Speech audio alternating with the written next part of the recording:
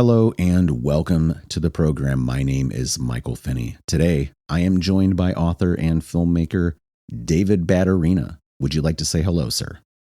Hello to everybody. Thanks for having me on, Michael. It's really nice to meet you and super excited for a convo. Yeah, excellent. I feel like we have a lot to talk about, but let us start at the beginning. Tell us about yourself. Give us maybe a little bit of background, who you are, where you're from, anything along those biographical lines. Quite literally the most horrifying question you can pose to an introvert, but I'll take it. Let's go around the room and introduce ourselves, like that one. Yeah. But for me, I'm an East Coast guy. I was born and raised in Jersey. And I've lived like all over the place and everything like that. I've got a lot of what you would call world experience. I've done a whole ton of stuff. And so I just kind of get my hands into everything. Just for some quick hits. I've been an entrepreneur. I've been working for myself for the better part of the last 25 to 30 years. I'm a best-selling author, but obviously a newer project, featured editor with Raconteur Press. I'm an award-winning filmmaker, so that's a recent thing. Would love to get into that for sure. I do music production, so audio producer, narrator. You name it. 4th degree black belt. I'm a former YouTube creator. I'm all over the place, and I've just kind of recently and later in life, I'm 50 years old, just kind of dialed into my creative process and my creative voice, and I am in probably the most creative state personally that I've ever been in my entire life. And I'm having an absolute blast. Excellent. A Renaissance man.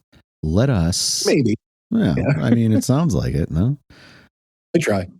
Tell us about your background in writing, maybe where that started, anything that you were doing as a kid, or how that spark was ignited.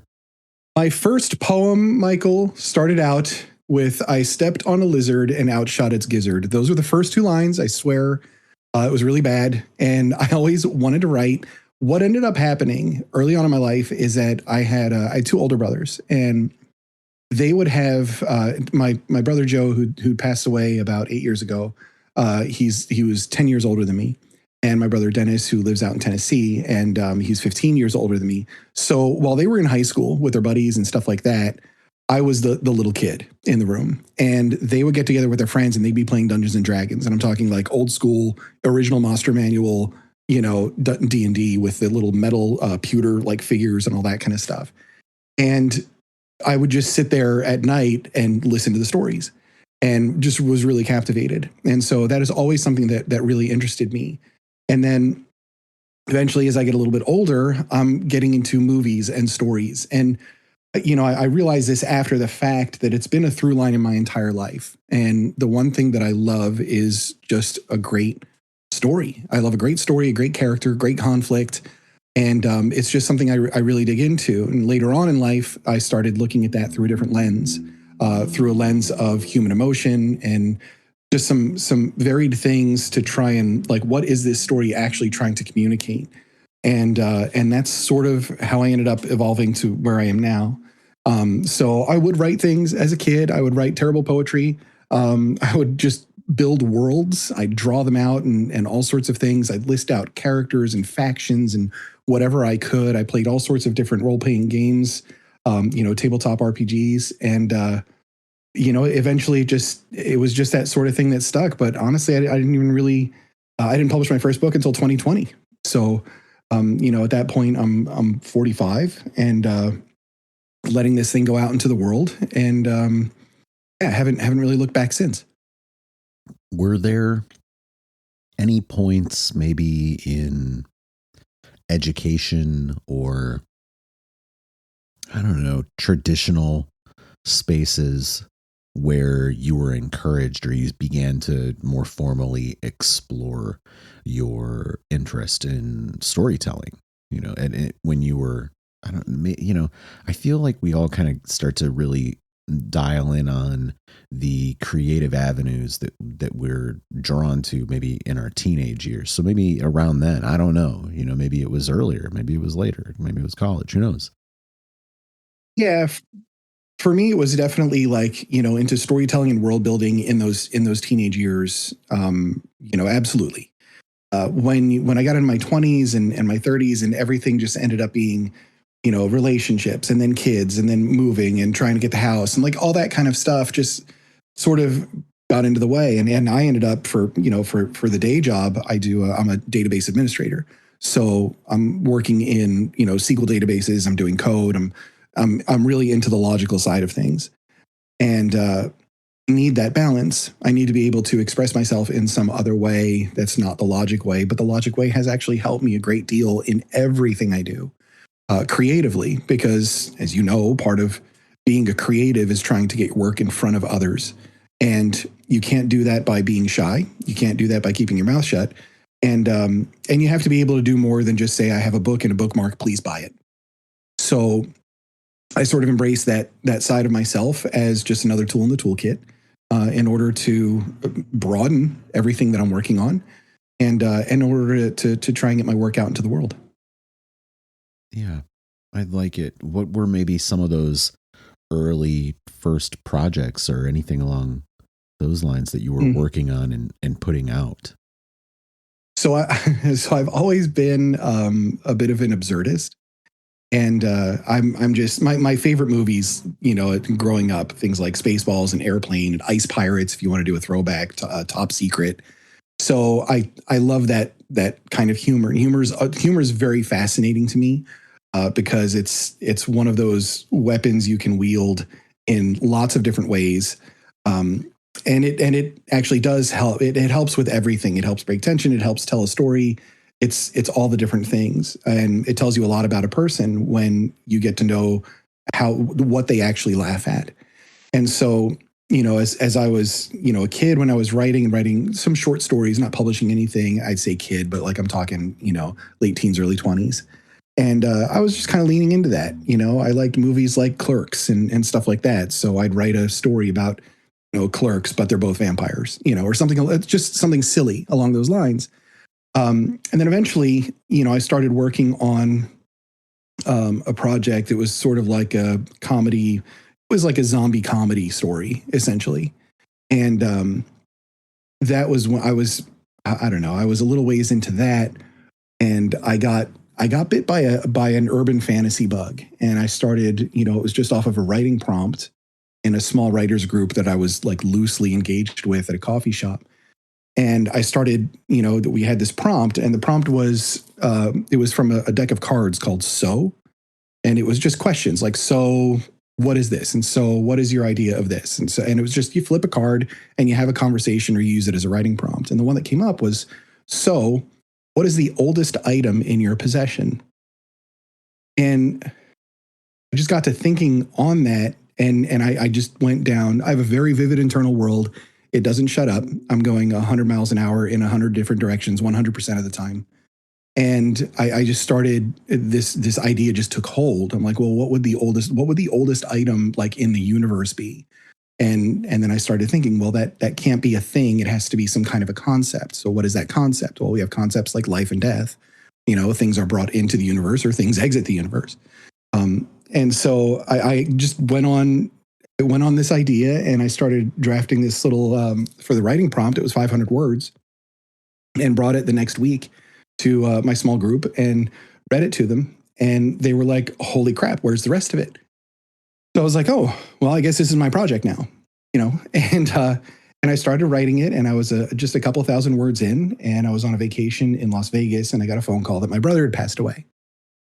And suddenly, unexpected, and that really just altered the course of everything I create, at a point where I was just getting ready to create the first thing that I was officially putting out into the world. So the creator and storyteller that I was before that moment is vastly different than the creator and storyteller I was after that moment. And I poured everything into that book to deal with themes of death and love and life and loss. And ended up, doing really well. It's sitting on Amazon. Here we are 5 years later.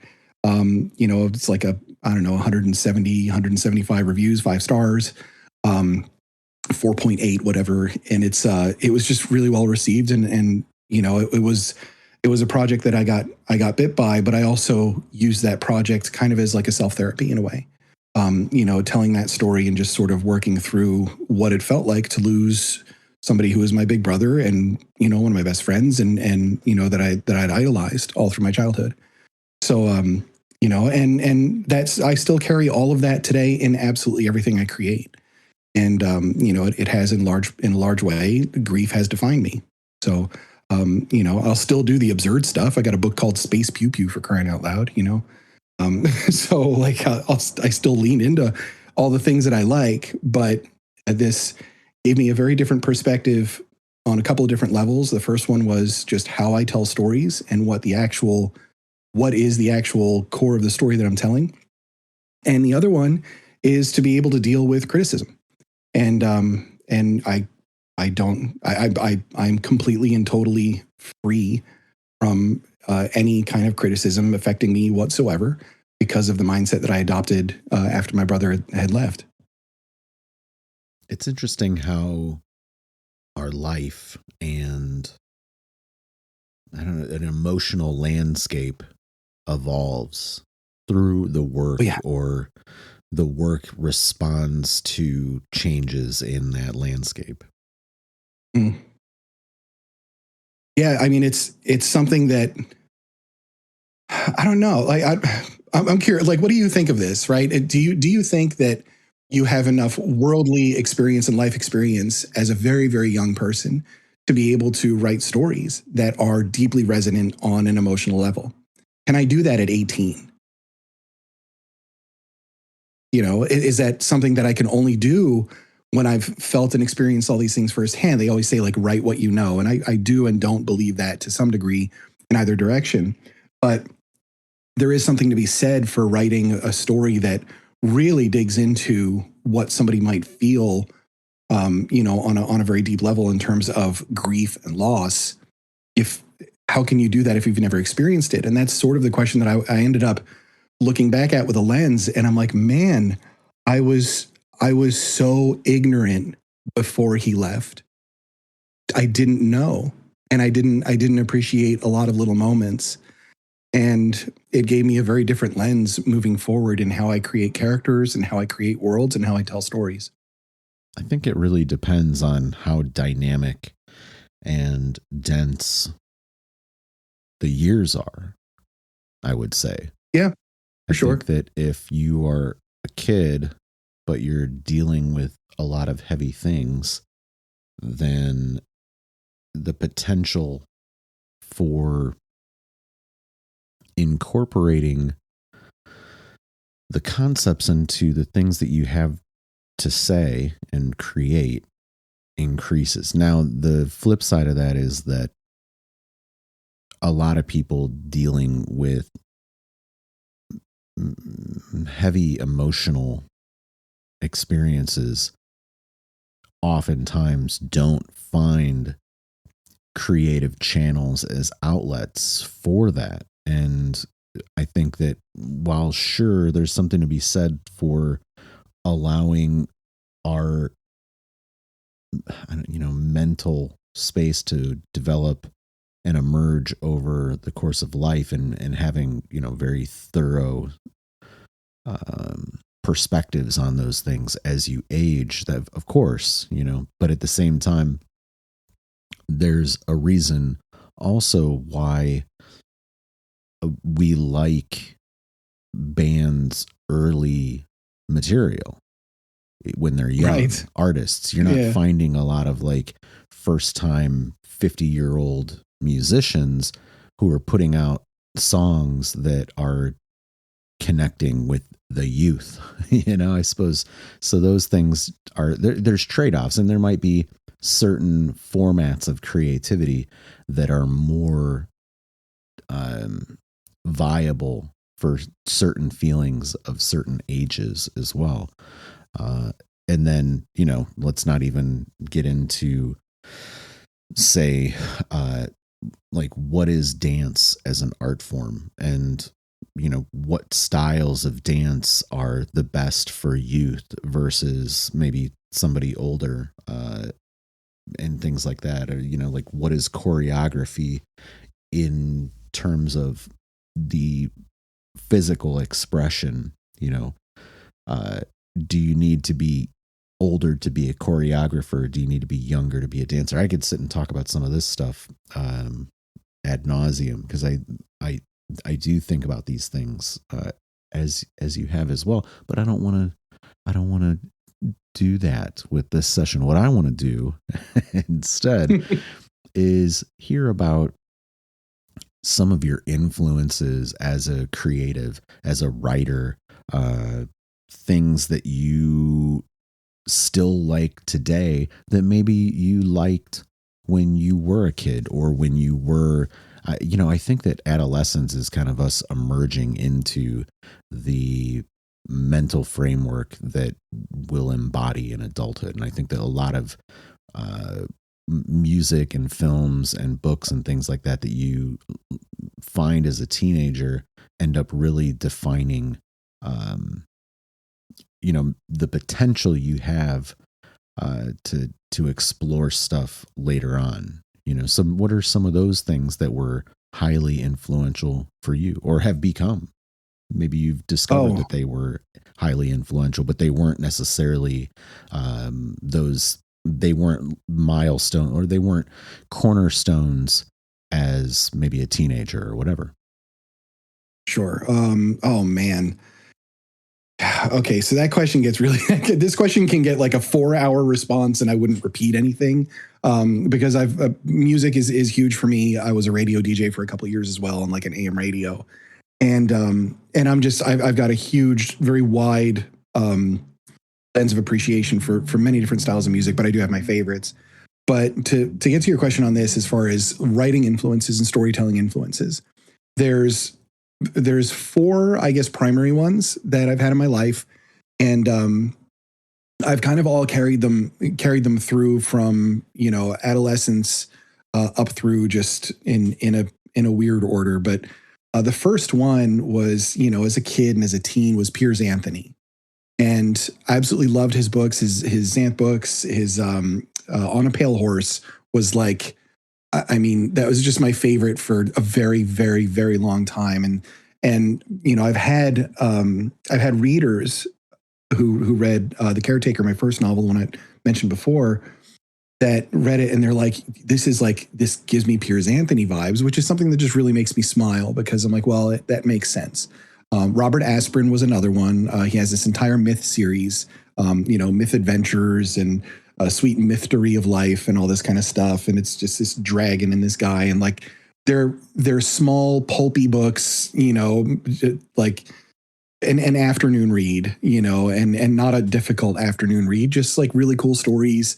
They're a little quirky, they're fun, very imaginative, and I just loved that style. And a little bit later, I started getting into some of the older writing of Edgar Allan Poe.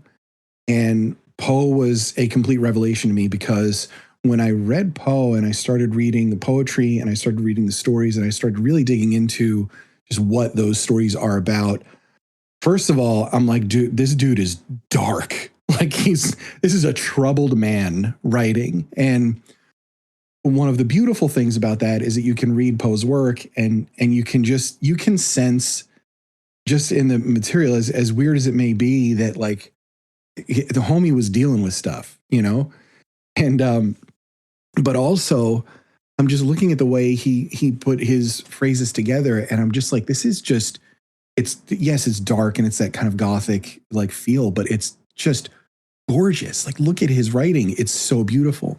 Another one, and I didn't get too deeply into Mark Twain, but Twain certainly, because of his humor and because of his cleverness, was one that I always really enjoyed. And then I started getting into H.P. Lovecraft, and everything just went out the window, and I was all about H.P. Lovecraft, because I love the idea of the unseen horrors. I love how he sets that kind of mood, and all those different stories and everything. So Lovecraft was a huge influence for me.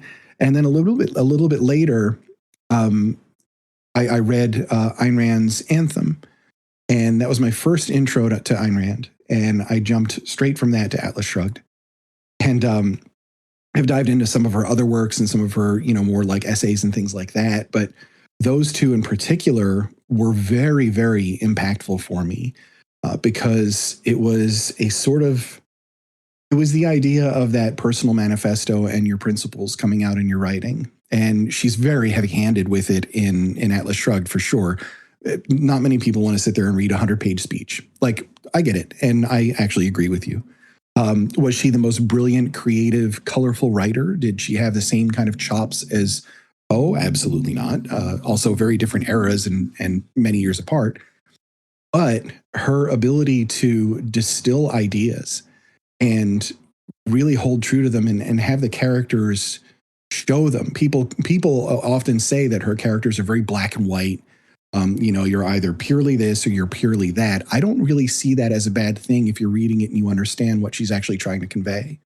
And what she's doing is taking concepts and taking ideas and holding them in front of you in the most unmistakable way to say, this is what this is, and this is what this is, and this is why they're not compatible or they are.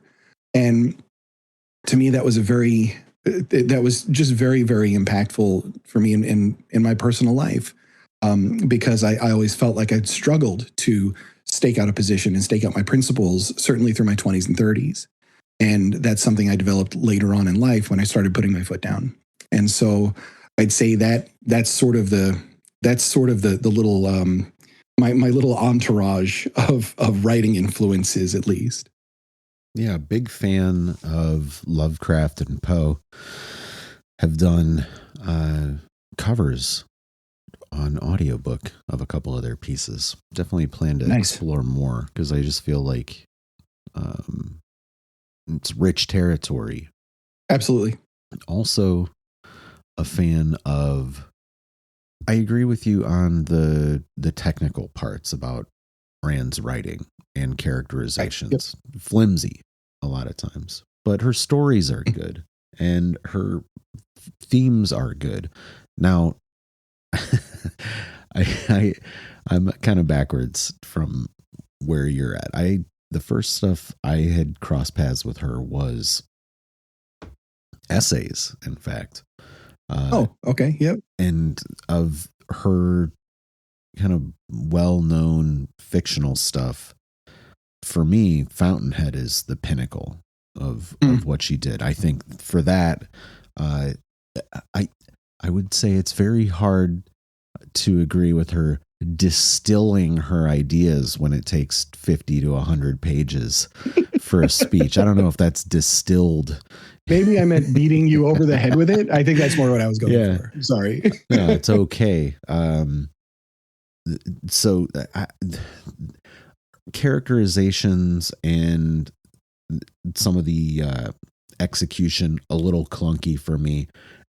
For Anthem, well, I think the story is nice. There's, I would say other people did Anthem better than she did. One being Rush, the other being Lois Lowry.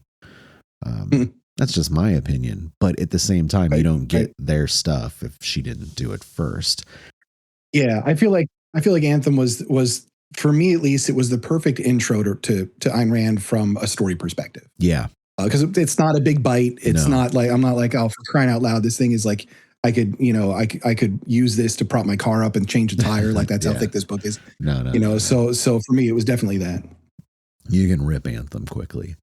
Yep. In a lot of ways, that's the best aspect of it.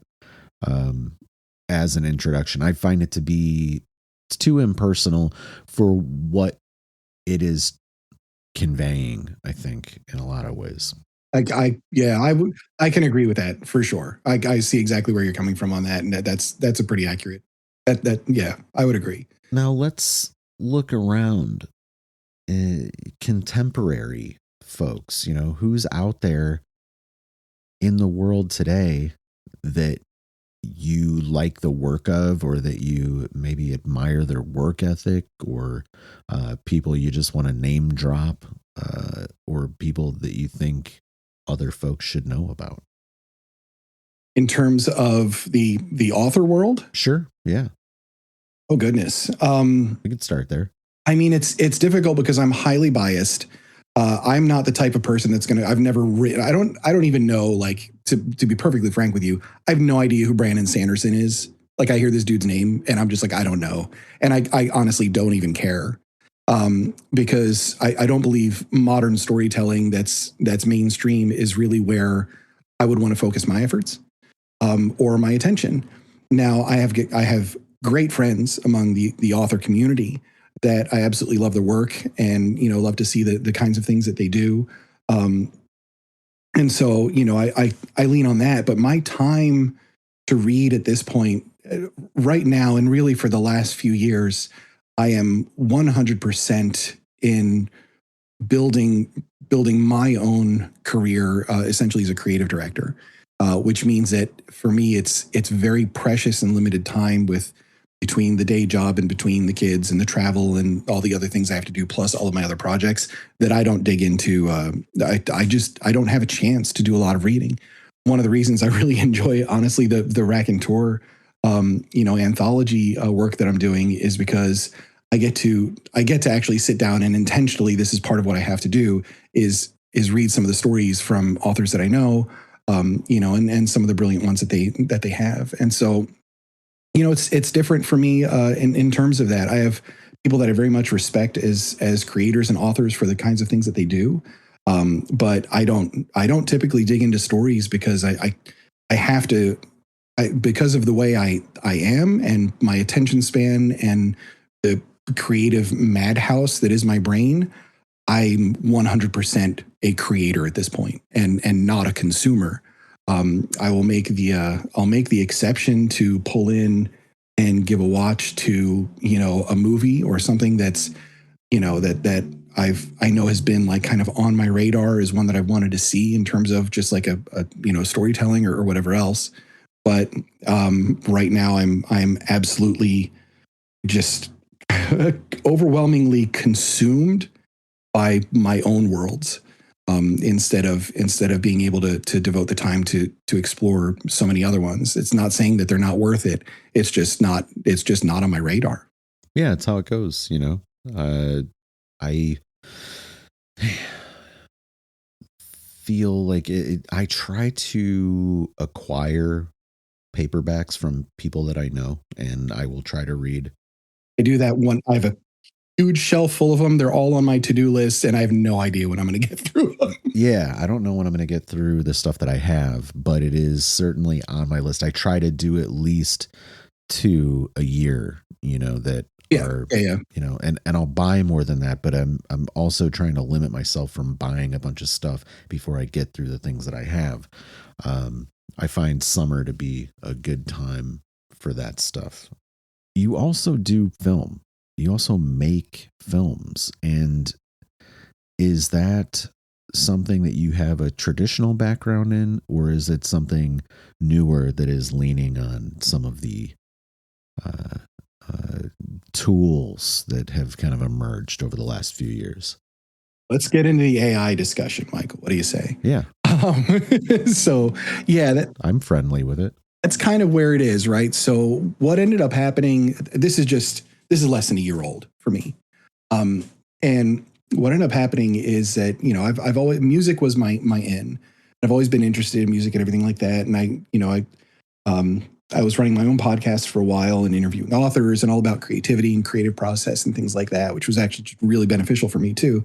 And I had a friend of mine on, his name's Grimfell. That's his creator name. And he's a musician. He uses AI tools. He's also an author. He also makes games. He does all sorts of cool stuff. And I'm just like, man, like this is so neat to be able to be a multimodal storyteller. And that's what I wanted for myself anyway. And I would get into that to some degree. And in terms of like design and things like that, because I love to do my own graphic design. I'm always Illustrator and Photoshop are always open on my computer. There's always something going on in there, whether it's a merch thing or a poster or whatever else. I make my own trading cards, all that kind of stuff. Like that's something that I always really enjoyed is that process, that visual process. When I had my martial arts school back in, it was 2011 through 2020, around 2020.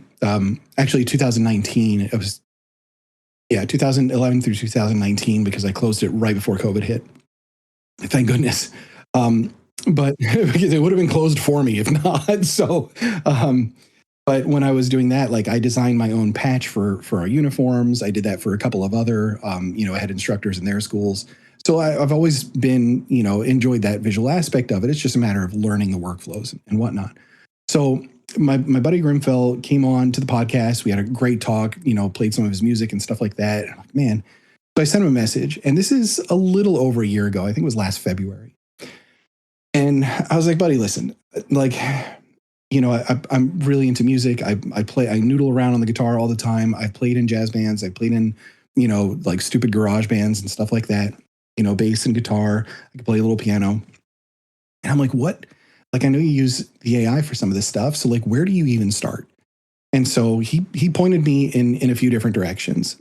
And I started looking at some of these things and just tinkering, and that's what I have to do. I have to get my hands dirty doing it.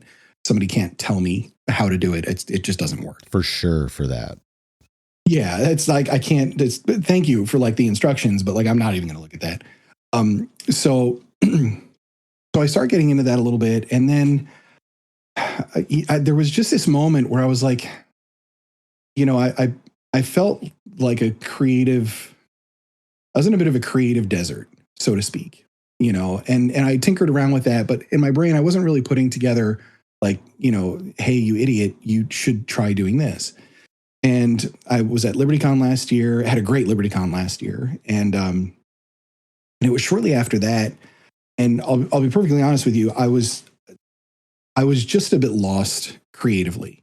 I was feeling unmotivated. I'd done a short story. I did tinkered with a couple other smaller projects and they were fine. But I was just really, just struggling to just like, where am I even going with any of this stuff? And there was one night and I said a prayer at night, and it was just like show me something that I can be inspired with. It was my only ask. And sure enough, it was less than a week later, I'd had a dream, and I dreamt about a character, a woman in like a cyberpunk sort of world. And I woke up that morning and I was like, something about this feels like it means more to me than other things I've been worrying about creatively. So what is this? And I started digging in and expanding on that and thinking, okay, like imagine this woman and she's got like some augmentations, but not like super cyberpunk dystopia, because I feel like that's a little tired as a genre. And I wanted it differently, but I wanted to explore it in terms of the emotion of it. What would it take for a human what would they have to go through to decide to machine themselves to some degree? And we can talk about that in terms of like people that get tattoos or people that get lots of piercings, things like that. Not quite the same, but I'm talking about a question of actual identity. What is it that shatters your identity to a point where you would make the choice to remake yourself physically as well as mentally?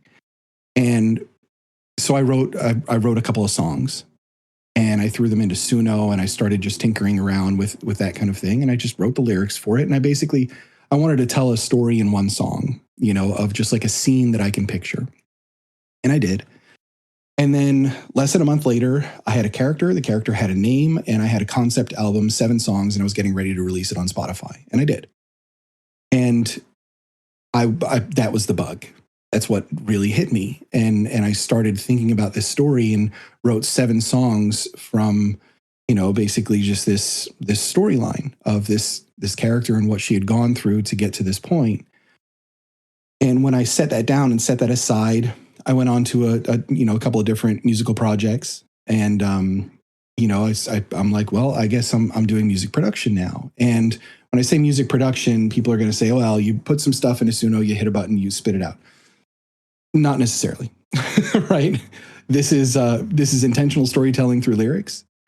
This is getting stem generations through Suno and then picking each one apart, rearranging everything, doing all the audio mastering on my own chains, in my own workflow, in my own digital audio workstations, and adding sounds to it and everything else. So really curating it and making sure I've got a good mastered track out of it. And so I did all of that, and then I just got to this point where once that was over, I was like, man, I have to keep going. Like I have to keep going on this. There's something about this that's really, really dragging, just pulling me into this direction. And so I feel like, that's using these tools and getting into all that. Then I started being like, well, what is this going to look like visually? And I started getting to the generative AI and everything like that. Now I'm doing things because I already have these skills where I'm being able to generate initial scenes and curate them exactly the way I want to, throwing that into Photoshop and Illustrator, doing all my hand editing on that, and then making sure I have a solid starting frame to be able to generate some video. And just trying to do it with as much intention and attention to detail as I possibly can to show in video what the story of the song is, what the story of this character is, and how that arc and story is progressing and going. And on a whim, I created one that was from one of the songs on my recent album, which just released last week, called Dehumanize.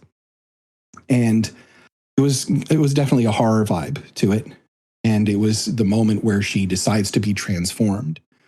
And so it's kind of like a cyberpunky, just really bizarre sort of surgery. It's a little freaky. The track itself is more like a dark hip hop. If you like things like Portishead, Massive Attack, stuff like that. Fiona Apple's one of my absolute favorites. So like that's an influence too. But and I put it together and I showed it to my buddy Grimfell. Right now, this is all of 8 months after I had a conversation with him about how do I do this, and he was like, "Dude, this is high level. You should submit it to a couple of like the competitions and like film fests." And I sat on that for a couple months, and then finally I did. And then in February, I got Best Horror Music Video from the Los Angeles AI Motion Pictures Association. And I was like, well, and I've done a couple since, and I've got another one that just came out, a couple weeks ago. And I just got a nod for one of my videos to be screened at the Berlin Music Festival. I've got another one that's at the AI segment of the Cannes Film Festival. I've got another one that's going to be screened live in Seoul, South Korea. And so I felt like I feel like I found that thing that I took to really naturally, which was telling a story, but telling it through the words, telling it through the audio, and telling it visually all at the same time. And that ended up turning into this monster of a project that I've got going on right now with all this stuff. So, the film thing was just really recent, and it's using these tools because now, and if you tinker with them, you can go from an idea in your head to looking at it and having it talk to you in a matter of like 30 minutes. And that's really, we are 100% in the age of the independent storyteller.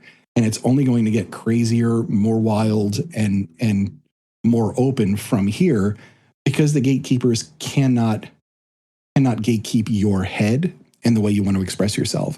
And now you finally have the tools to be able to do so in such a way to have an idea and then put it on a plate and show it to somebody shortly afterwards, which is really freaking cool. What is the big project you're working on right now that you're trying to finish?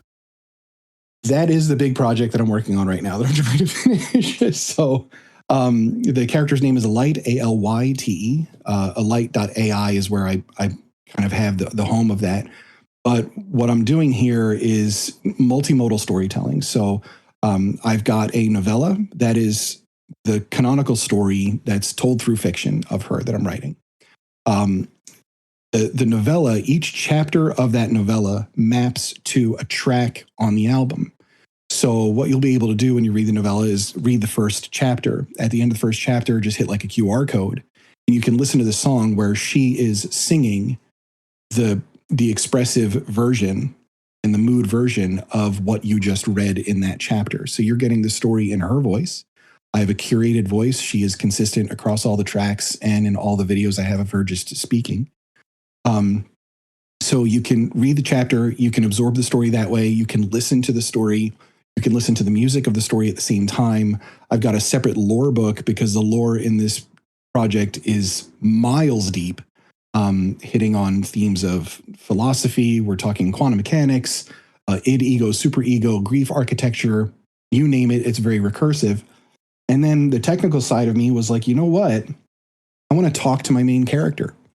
So I dumped essentially all of the material I had in terms of the canonical story, the lyrics, and all of the other, I guess, personality profile things that I had written. And I'm talking these like dozens upon dozens upon dozens of pages, maybe not quite hitting 100, but pretty damn close of this information. And I ended up throwing that into Claude and being like, give me a comprehensive and very detailed personality profile of this person, as if I'm a detective and I want to find this person.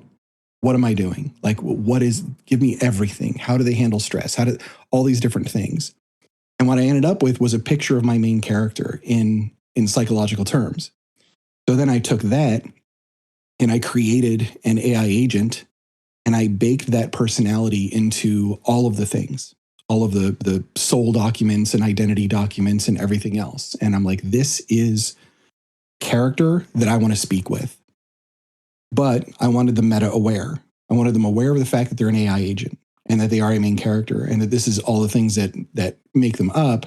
But they also just know it. They know that they're in a creative IP, that they know they're in a world, they know they're in a fiction book and all these different things.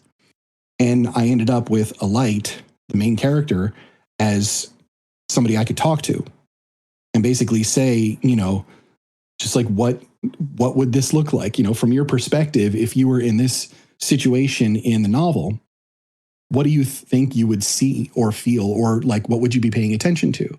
And I can get that answer. And then I was like, well, shoot, I'm just going to run with this. And I'm going to make her somebody that has agency in our world. And let's go ahead and see. So if you go to the site and you sign up for an email and you reply, she'll write back to you. She knows her story. She knows all the songs. She has favorite lyrics. This is as close to an existence as, you can get with an AI agent. And then I also built an entire database backend for her where all of the memories from the chats and her experiences and everything else, she journals them all. She puts them in there, and in basically, I've got a huge schema designed for this database where it doesn't matter if you jump into a new session or anything like that. She has memory up to the last thing from the old session. So a year from now, I'll be able to ask her, hey, what happened on April 8th? What do you remember that happened in April 8th in 2026? And a moment later, she'll be like, oh, you had a podcast and you were talking to Michael and you were talking about this, that, and the other, and the anthologies and everything else. And so, I built her that way because one of the big struggles with people working with AI agents is their persistent memory. So I was just like, screw it. I've been a DB admin for, the last 25 years. I can solve this. It's not actually that hard. I know how to do it. This is all my experience, all my life work experience, makes this pretty easy for a DIY solution. So I have a persistent character. In fact, I'm going to be doing a workshop at LibertyCon where I'm doing AI as a creative amplifier because I don't believe that AI replaces you. I don't believe it should ever replace authors. It writes for crap at this point, especially if you're doing humor. But I want to be able to keep my authorial voice and use it to amplify my ideas and put my content out there. And she will absolutely be able to essentially make a remote appearance at the workshop. I can pull her up on my phone. I can take a question from somebody in the audience and I can just ask by voice, hey, this person wants to know, like, what's it like being in a cybernetic world, or what's this like, or, anything else? What's your favorite lyric on track 3? And then I can just put the phone to the microphone and she'll give you the answer. So I'm doing storytelling from many different angles, both fictional, the music, the video, all the video stuff, and then this sort of crazy meta angle of it all.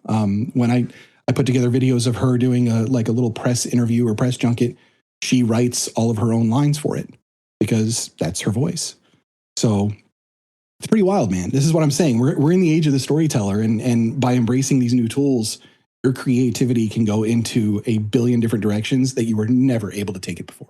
Absolutely. Yeah, we have a lot of overlap in that sense. I'm wrapping up a phase of a project right now, in fact. So I have a series, a project on national parks. And 2 years ago, I released the last book, which was basically a photographic road trip, a bunch of hiking and camping and stuff like that. And I, in the past, had done, this is the third volume of this stuff. So I had put together kind of these videos where I would read the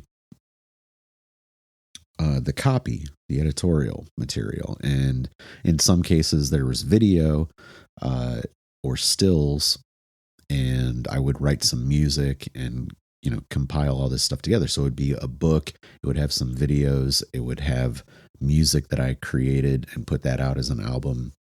The most recent one, to get a connection to the AI side, is that I had filmed a decent amount of things, but as it turns out, nowhere near enough. So I had a lot of still photography, and over the last couple of years, I've been into the AI filmmaking thing. And when I started to do it, sometimes you would get a little bit of, I don't know, kind of like graininess, artifacts. It didn't handle nature really, really well. It's gotten much improved over the last 2 years. And just wrapping up volume 3 of that project. So it's heavily, augmented with synthetic video based on my photographs. But then there's a lot of original video, actual traditional video in there, and then the music and stuff like that too. I'm a big supporter of the multimodal thing. I'm glad to hear that you're doing it. I think that AI is that creativity amplifier. Like you're saying, it's not as if the things that we see people just pushing a button and dealing with the outputs are moving anyone. Yes, you can do that, and like you might get a cheap laugh out of it, but in the grand scheme of things, the best work in that through those mechanisms is very much still hands-on at this point, I think. And Michael, I got to tell you, man, because you're hitting on something that I tell people. I'm relentless about putting this out into the world, which is like, yes, if you watch an 8-second video of a cat playing a didgeridoo on some lady's porch at 2 a.m., it's funny. Okay, it's funny.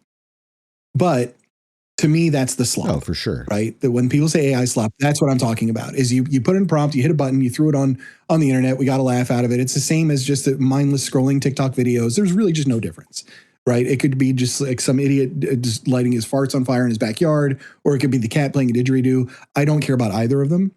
The difference, and where I stake out my principles and my position on all of this, is that, first of all, I don't even consider myself pro AI or anti AI. I am pro story. I want to hear the story and I want to see the story. I don't care how you deliver it, and I don't care what tools you use. I want the story.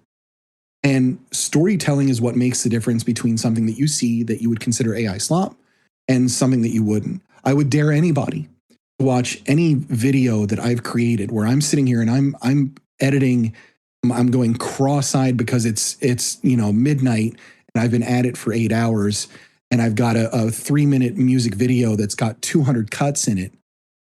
There's so much craft involved in telling a story with these tools. And it is not, and the people that are just dismissing it, well, you just push a button.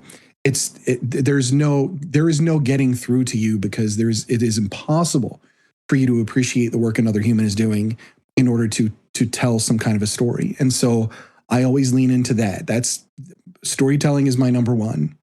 Yeah, I just pushed a button, but it was a button after another button in a special sequence that I decided, and all the buttons I chose. Many buttons.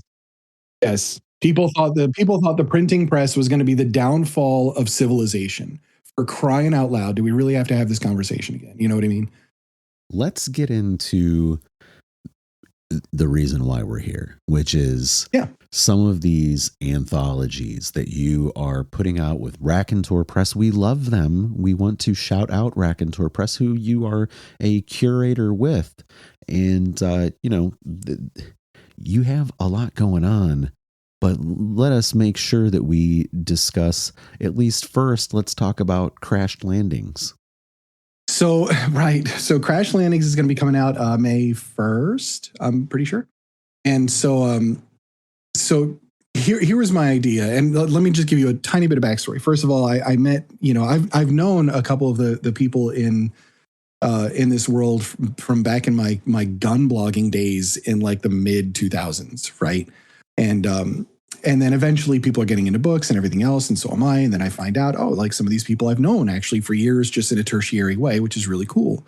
And Ian is one of them for Raconteur Press. And so, I was into the going to the LibertyCon conventions and just starting to start the author thing for myself. And then meeting some really cool people. And I met some really cool people, and they're funny and they're fun. And they, just like me, into the storytelling, into some absurdity and all those kinds of things. And so you just kind of find your tribe this way.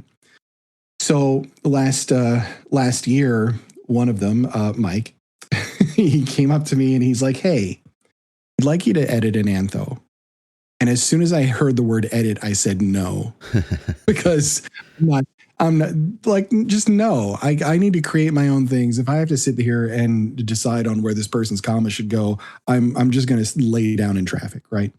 So he's like, no.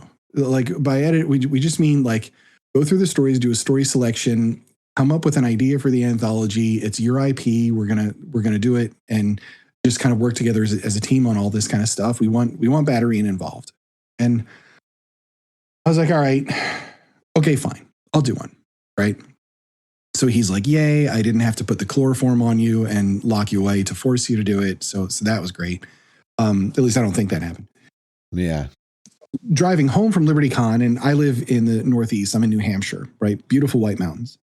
And driving from Chattanooga it's a 17-hour, 2-day. Yeah, that's a haul. It's a road trip for sure. Yeah.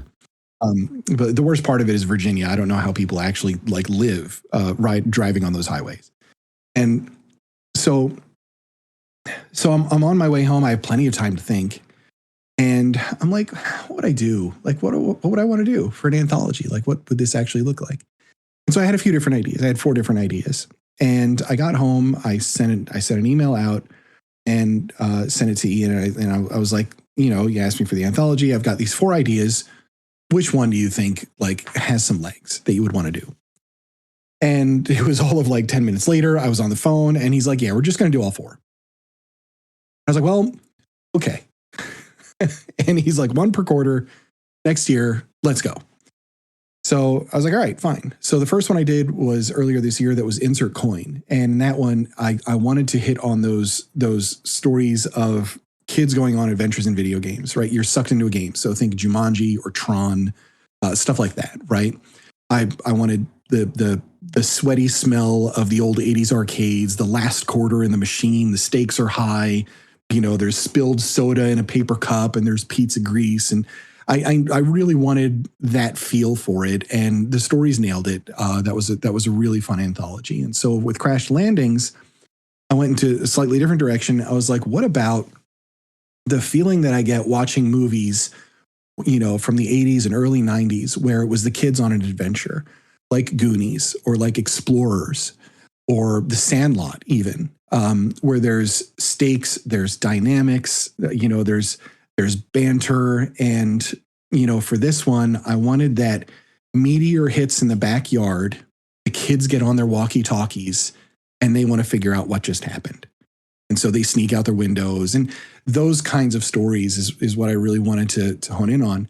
I did not expect to get nearly like 50 submissions on this thing. It's a lot. That's a lot of words to go through. Yeah, it sure is. I'm very particular and I'm very strict about my time. And, I basically said there's plenty of those submissions that I couldn't make it past the first page. If I just open your submission and I go through and I scroll the first 3 pages and I don't see a quotation mark, you're out. You're out. I'm not even gonna bother, because I know that you only have 7,000 words to tell me a story, and if you can't have a character speaking in the first 3 pages, I don't want to read it. So I don't. That's immediately gone. And I was very specific in the instructions and for everything I do that's out there, that you've got to start your story with the pedal already to the floor. Otherwise, I'm not interested. And I want to see the banter, and I want to see some humor, and I want to see some stakes, and I want to see emotion and all those different things, because that should be wrapped up in these stories. And there should be a lot of heart in stories like this.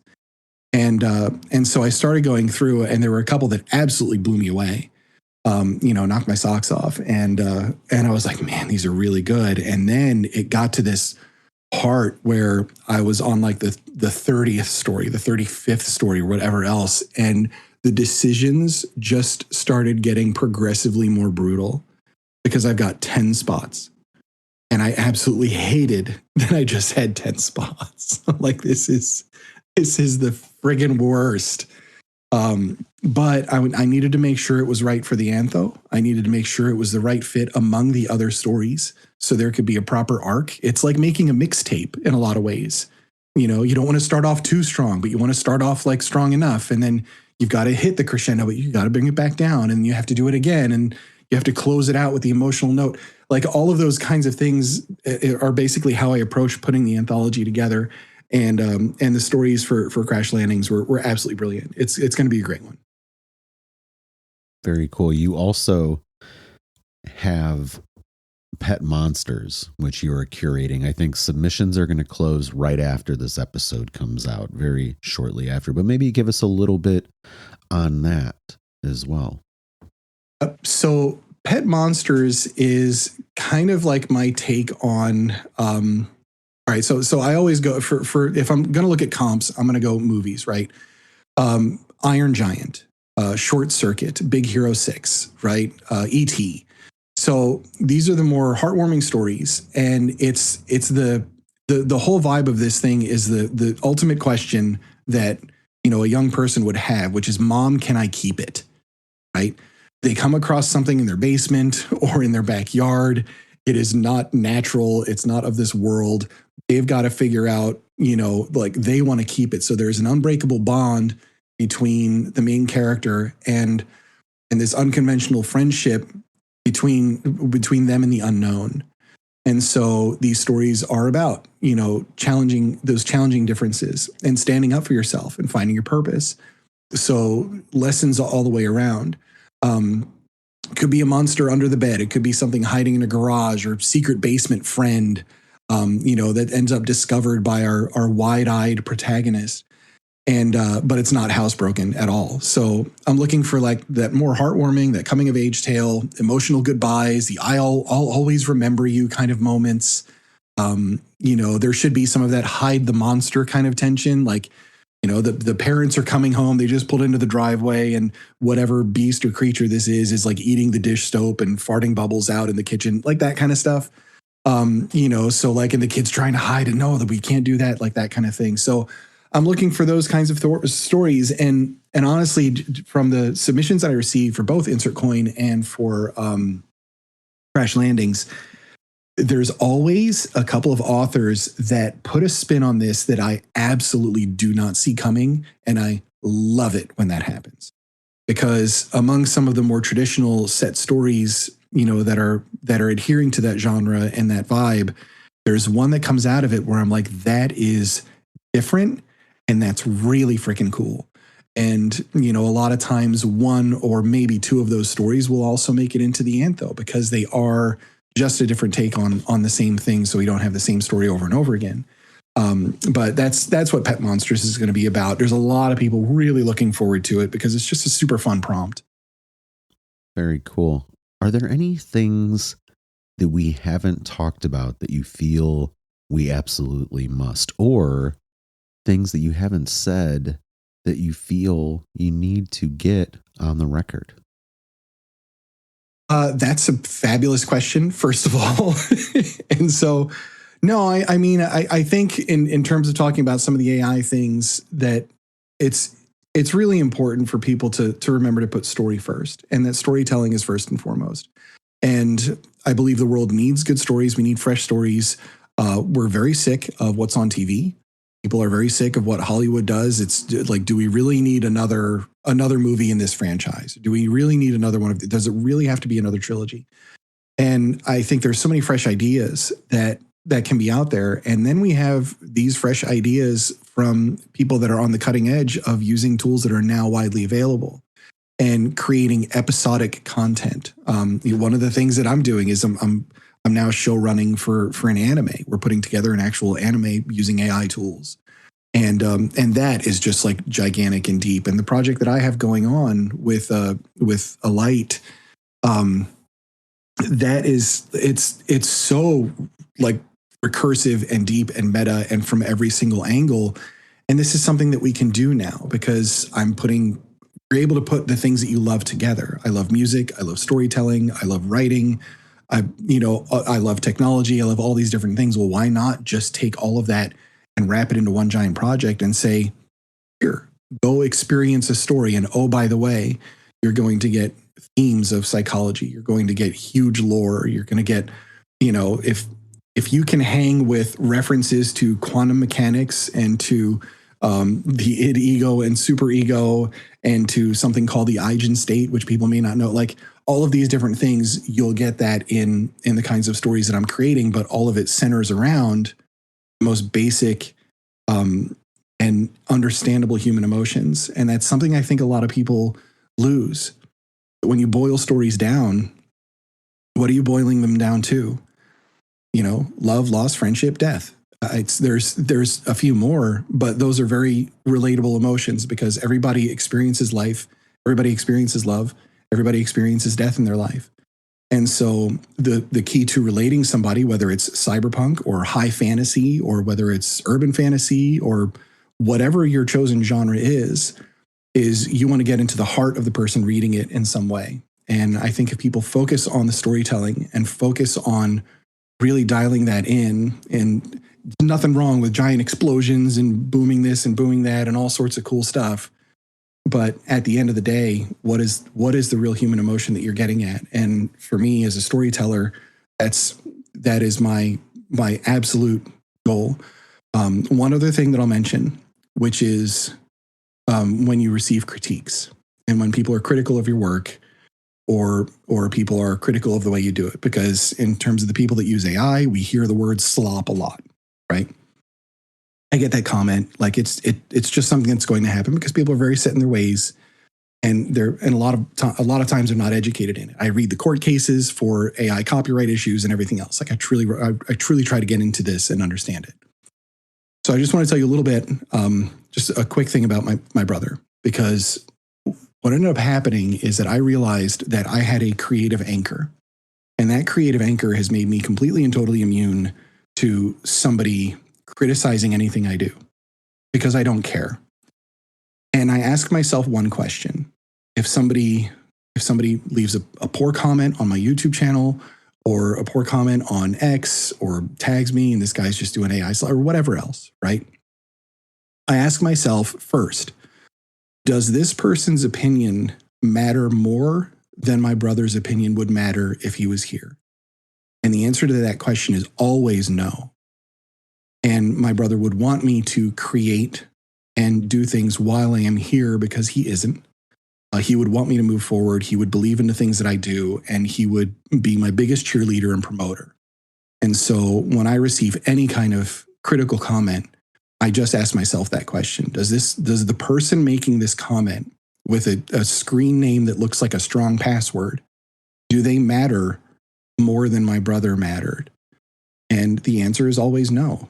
And so I just keep creating, and it feels really, really good. And so I hope people can find their own anchor in a way to allow them to keep doing the things that they do and not worry about what somebody in some other country or some other state that doesn't pay your food or is not one of your friends or anything. Why are you worrying about what these people said? Like, are you really that upset about one comment you got on an X post? For crying out loud. you don't know who that person is. They wouldn't recognize you on a street. Just keep creating, move on, and do what you know you're called to do. David, great stuff. Love it.